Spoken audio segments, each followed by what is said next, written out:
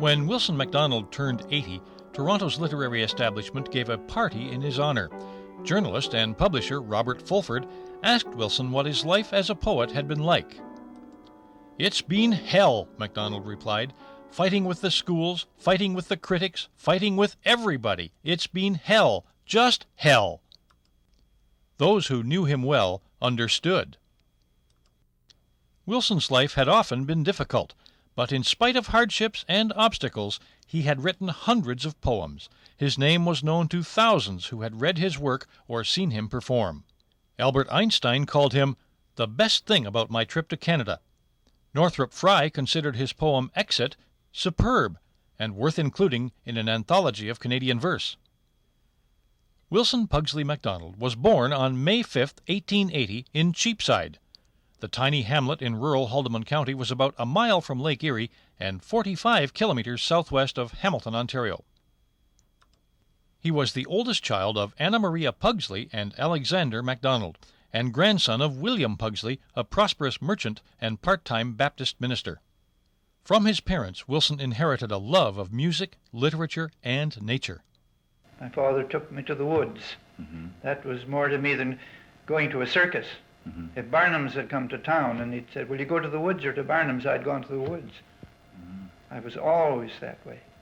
But all was not well in the household. Alex MacDonald was an idealistic dreamer who wanted to be a preacher, not a businessman. He tried working as a storekeeper and tailor, failing at both. He frequently moved his family: Wilson, Claire, born in 1882, Daisy, born in 1884, and Josephine, born in 1886. By 1887, they had lived in Kohler, where Wilson briefly attended school, and then Decuesville, a lumber town close to the Grand River. It was in Decuesville that the best part of Wilson's childhood ended in August 1887.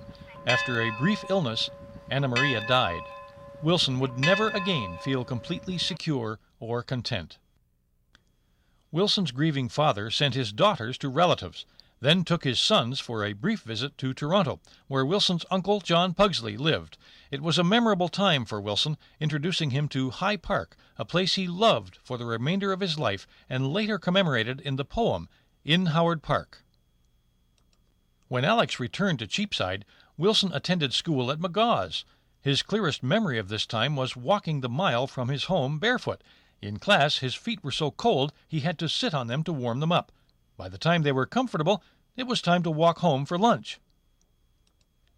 Soon Alex moved again, this time to Dunnville, at the mouth of the Grand River.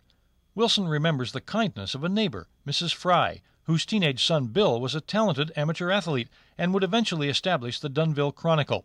She kept a motherly eye on Wilson and his brother, and occasionally babysat. In 1888, Mrs. Frye looked after the boys when Alex went on a preaching trip to western Norfolk County. He returned with a surprise neither of his sons expected: a new bride, Hannah Holmes. Wilson was aghast. No one could replace his mother, certainly not Hannah, who upset him by leaving her wedding presents on the floor.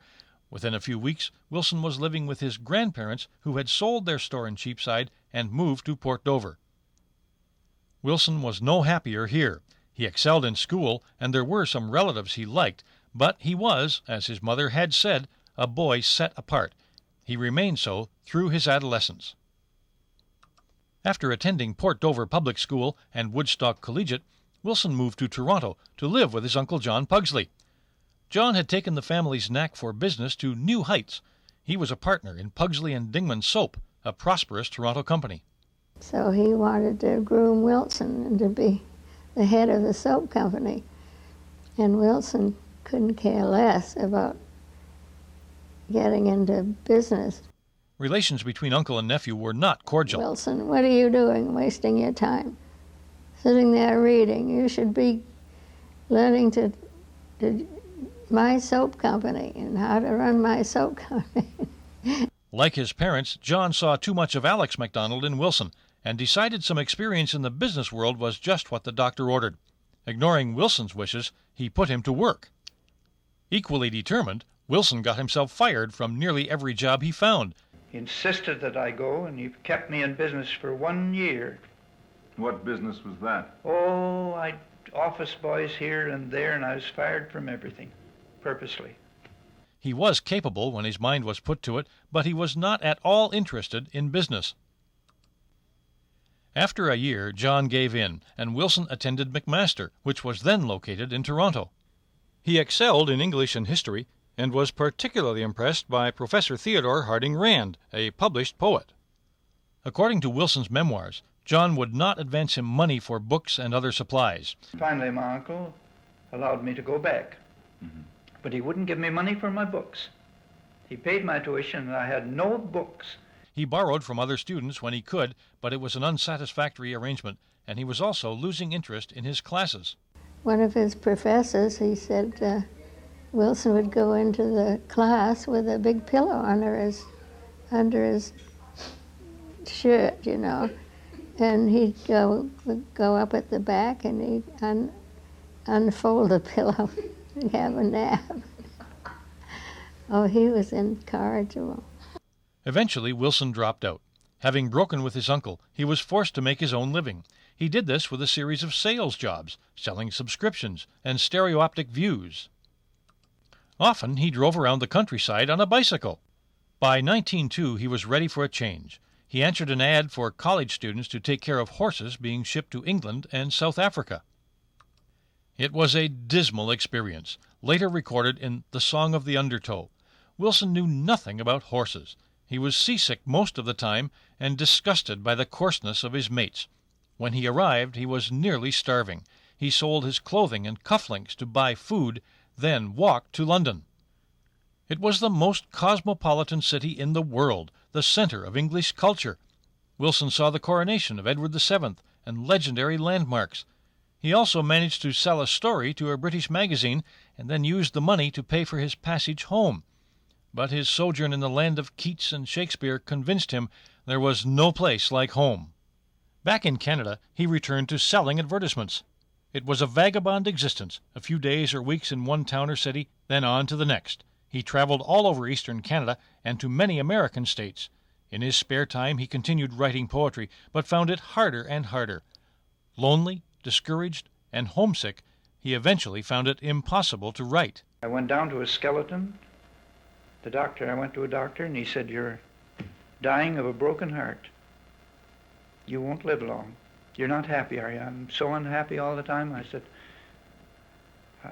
I don't know a happy moment. "Well, why don't you write some poetry?" "Oh, you can't write poetry and write ads. You can't mix them. There's no human being ever did it."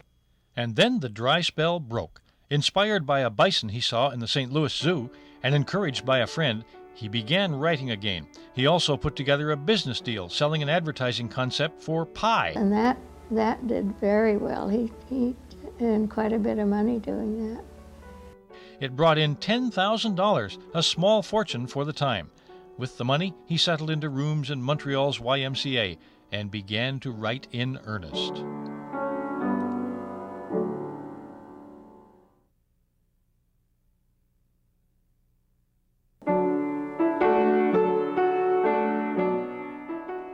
In 1908, after making a small fortune in advertising, Wilson MacDonald concentrated on poetry. He slowly began to make a name for himself, publishing poems in newspapers and giving his first paying recital in Montreal in March of 1909. In the fall of 1910, he was back in Toronto, where he loaned nearly all his cash to an old friend. A Baptist minister stole all my money. A Baptist minister named Coots. He was one of my favorites at college. I knew him at McMaster.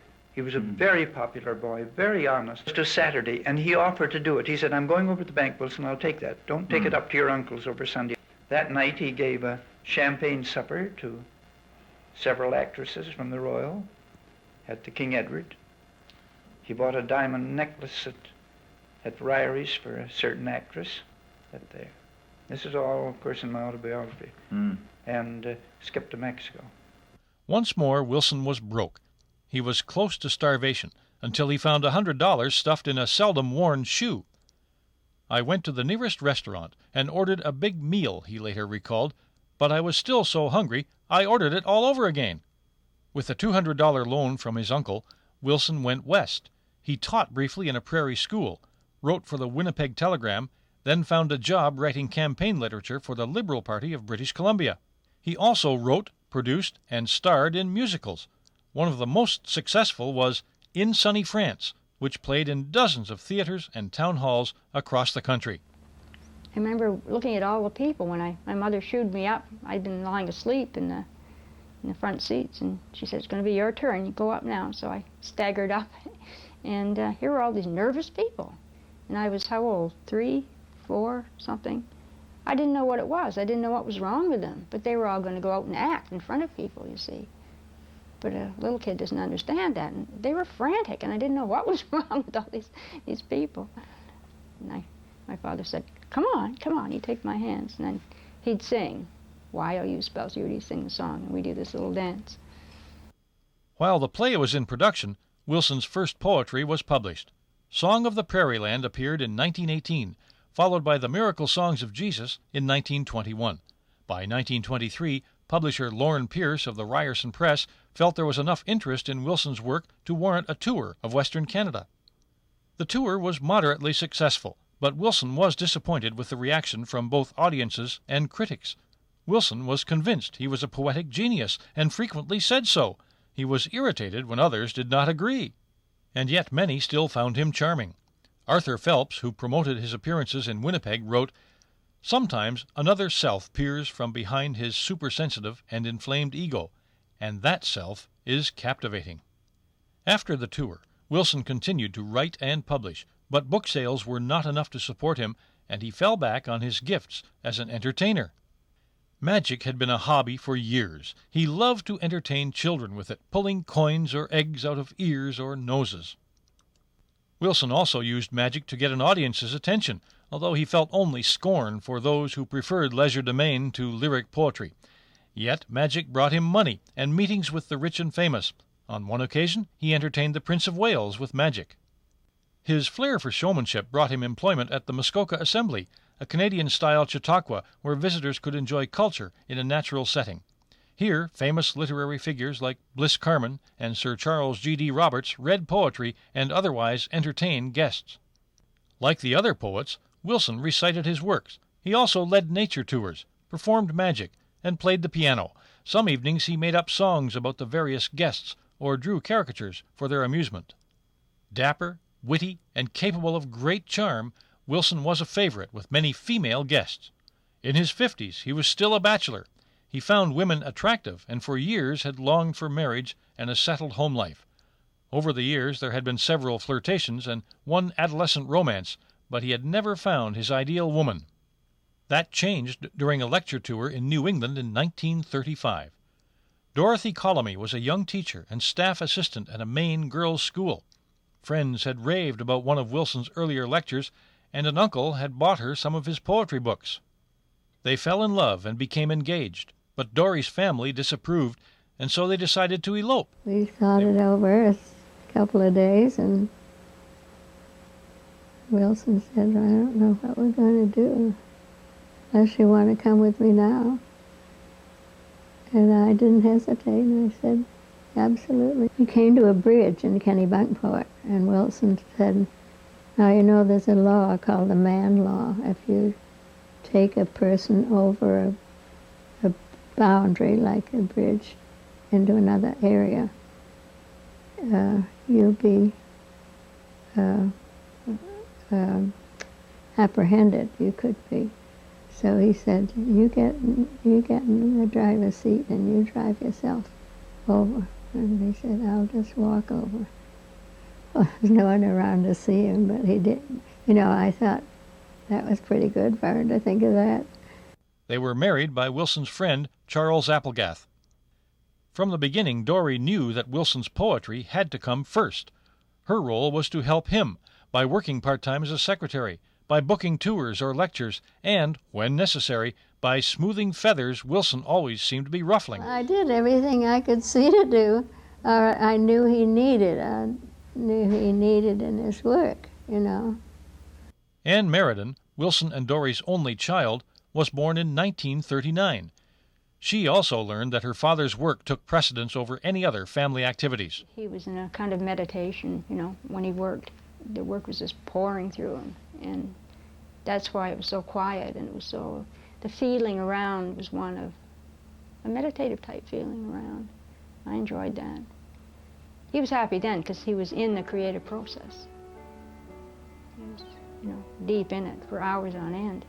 My mother had to chase him out for a walk, and get up from the desk and, yes, I'm coming, Dory. And another 10 minutes, Wilson, I've called you 3 times, because he couldn't stop very well, And one of the first things Wilson ever said to me was,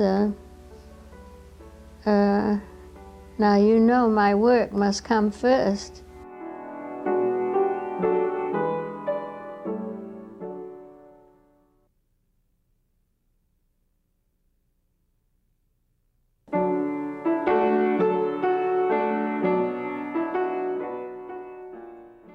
In 1945, just as the Second World War was ending in Europe, Wilson MacDonald turned 65. At an age when most people consider retirement, he was actively involved in his career. He continued to write every day, often illustrating his work with his own designs.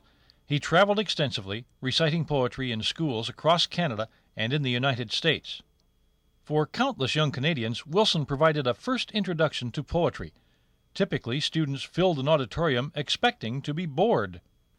Then Wilson began his presentation. He would whisper, or roar, or chant, sometimes almost singing his verses, and his performance beguiled thousands. A sick old crow had every known disease. He had dropsy in the legs, he had water on the knees. His lungs were jammed like a railroad junction. His gallbladder stalled and his liver wouldn't function. His back had lumbago, and his joints were rheumatic.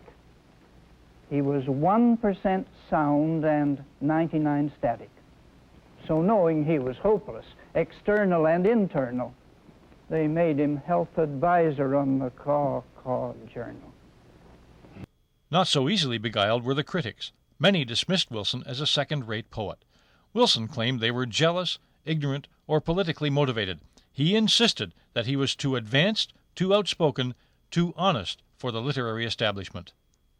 He was a nonconformist in many ways. Suspicious of traditional medicine, he believed sunshine, fresh air, and pure water could cure many ailments. He had strong ideas about diet and was a vegetarian most of his life. Is that everything you want, Wilson? And Wilson said, well, I would like a poached egg. I think that was another poached egg. And here was lobster and caviar. He was also a pacifist. Although his earliest published work had celebrated the war in South Africa, Wilson gradually became opposed to war and militarism, an unpopular position during the 1940s and early 1950s. Even more unpopular was his admiration of Russia, where his works were widely published. The Russian people have translated 4 of his poems into their language, and they've brought, I don't know how many books of his. In 1957, at the height of the Cold War, Wilson was one of a handful of Canadians asked to participate in a cultural visit to the USSR. When he was invited to go to Russia through the Canadian language cultural group, to go to Russia, he was so delighted. In Russia, Wilson met Khrushchev and Mao Zedong. When he returned to Canada, he wrote a glowing account of his stay in Moscow and the gentle, peaceful Russian people. He said that the Russian people could not possibly have been any more kind to him than they were. And he told the people in the schools how he would go into a class in Canada and read to the students. And the next thing he knew, here he was in a Russian schoolroom. And he talked to them with a translator and read some of the poetry. And they were just crazy about him and about his work. At a time when the mere suspicion of communist sympathies could wreck a person's career, Wilson's book did little to expand his following. Fortunately, he still had a loyal following. In addition, the times were changing. There was increased interest and pride in Canadian arts and letters.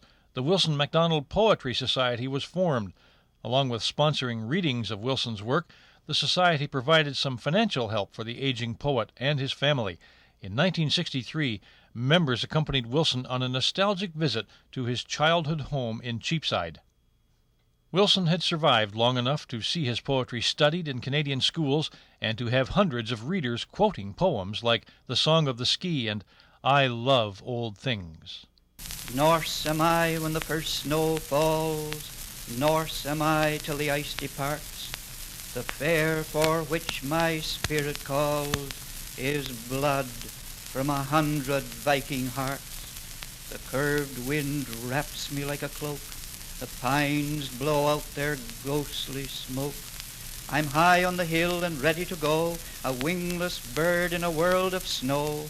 Yet I'll ride the air with a dauntless dare that only a child of the North can know. I love old things, weather-beaten, worn things, cracked, broken, torn things, the old sun, the old moon, the old earth's face, old wine in dim flagons, old ships and old wagons, old ships and old wagons, old coin and old lace, rare old lace. His own favorites tended to be poems that focused on spiritual or philosophical matters. Perhaps one of the most famous of all your poems is a thing called Enigma. Am I correct? Enigma. Would you read it for us? Starving for fragrance on the lilied hills, hungry for color in a bower of rose, grieving for beauty amid daffodils, man, the enigma, goes. He covers his head from suns and grieves at cold. He walks by silver rivers and has thirst. When youth is for his asking, he grows old, man by himself accursed. Lord of the overwhelming loveliness, of the flung sunlight and the zoning shade, forgive us in these prisons of distress, whose bars ourselves have made. Thank you. Yet the fame and fortune he had longed for never materialized, and tragically his final days were marked by mental illness and delusions. Wilson died on April 8, 1967, and was buried in Vienna, Ontario, where Daisy, his favorite sister, had taught school. 6 years earlier, he had told an interviewer how he wanted to be remembered. I want them to write over my tomb, he kept high faith with beauty to the end. His epitaph was taken from one of his poems. I said to him one day, Wilson, how in the world do you think of the words to use? And this is a sea shanty. It was about that long. And he'd say, well, and then he'd look around and look a little bashful and a little bit sheepish, and he'd say, I am a poet, you know.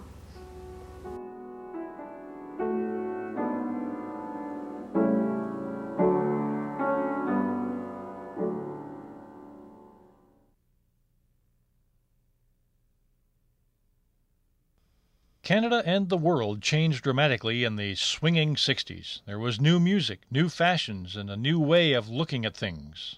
For Canadians, there was also a new national pride. A new flag was approved in late 1964. 2 years later, almost everyone was preparing for the centennial of Confederation. Meanwhile, the people of Haldimand County witnessed a major upheaval. By 1965, most school kids were being bused to large central schools, and the county's rural schools were closed. They didn't all close at exactly the same time. Each township made the decision when they would close and build their central school. But Walpole was one of the last to do it in Haldimand. So this was why this was one of the last schools to stay open. For more than a century, those rural schools had served as educational and community centers. We had 60 going here with a single teacher, and she had the 8 grades.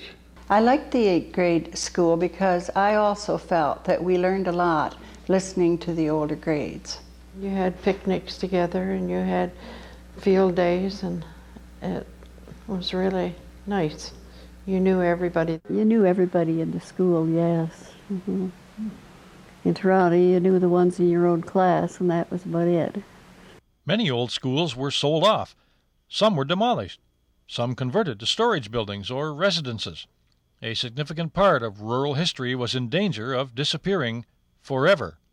Then Reverend Earl and Mrs. Elsie Sider suggested a different use for SS No. 2 Walpole. Why not turn the 1872 red brick school into a museum? As I see it, I think they probably talked to the museum people of the area, got a go-ahead, and that's really all they needed. They really then just poured themselves into it. And why not name it after Cheapside's most famous son, Wilson MacDonald, who had once attended class there? Too, I think particularly Mother was interested in Wilson MacDonald as a Cheapside poet.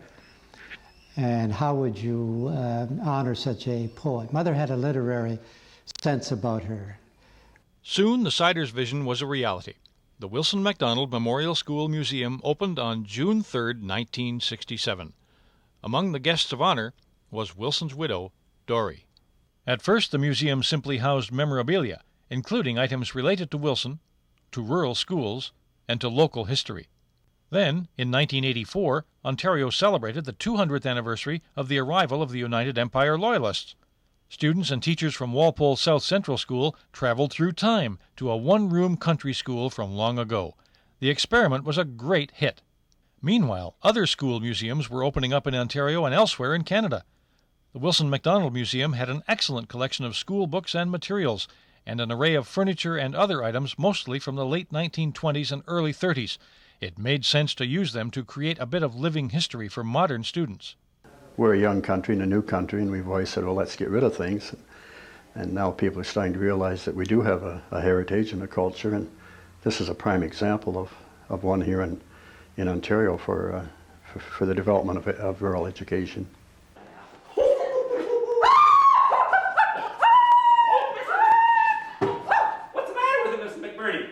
There was a big worm in that apple, Ralph. This is going to hurt me more than it's going to hurt you. But it never does. Here we go. It never does. Ouch! Oh gosh, that hurt! Oh! I sometimes feel that maybe I disrupt the classes a little bit too much, but I think they settle down after I leave, and the kids always, they always seem to enjoy it, and I get a kick out of it.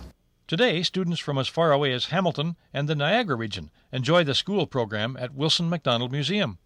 And they come from a fair area in the Niagara Peninsula and the west, as far as Simcoe and over as far as Hamilton and east down the peninsula. They learn firsthand about slates and writing with pen and ink, about mental arithmetic, about lunch pails, and games like Ante-Ante Over.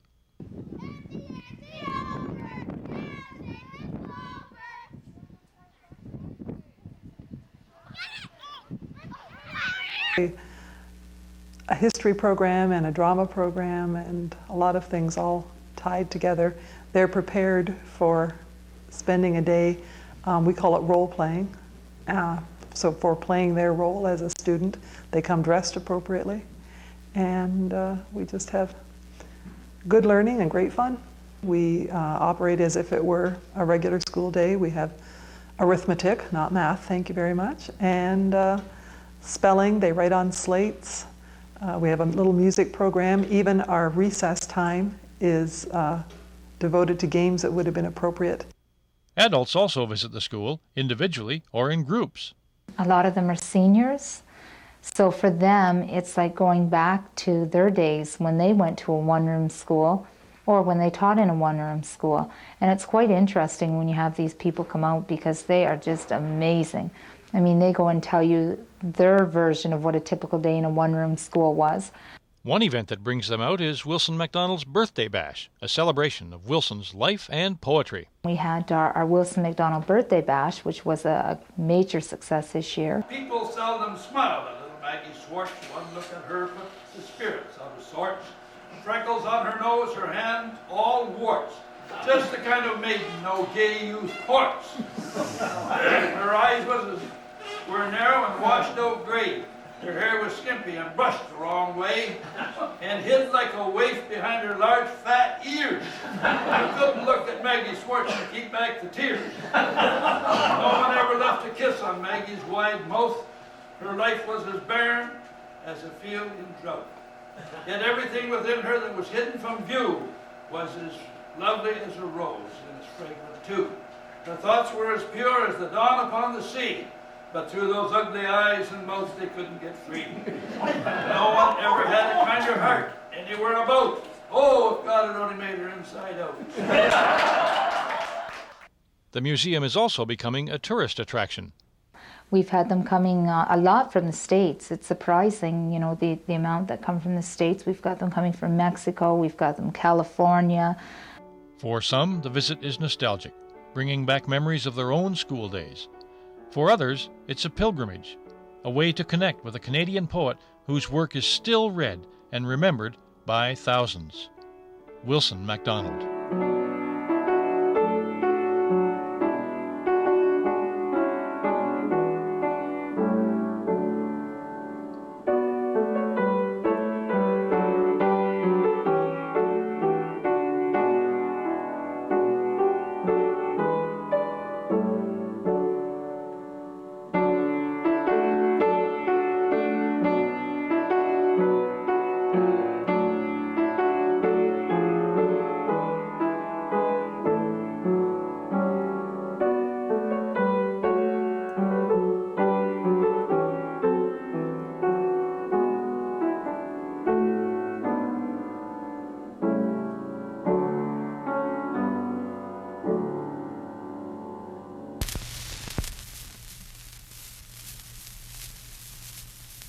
Grannies. Grandma Doyle turns 80 on her next birthday, but looking after Grandma Blake has kept her young and gay. Grandma Blake is 81, and should she walk or ride, always Grandma Doyle is there, washing at her side.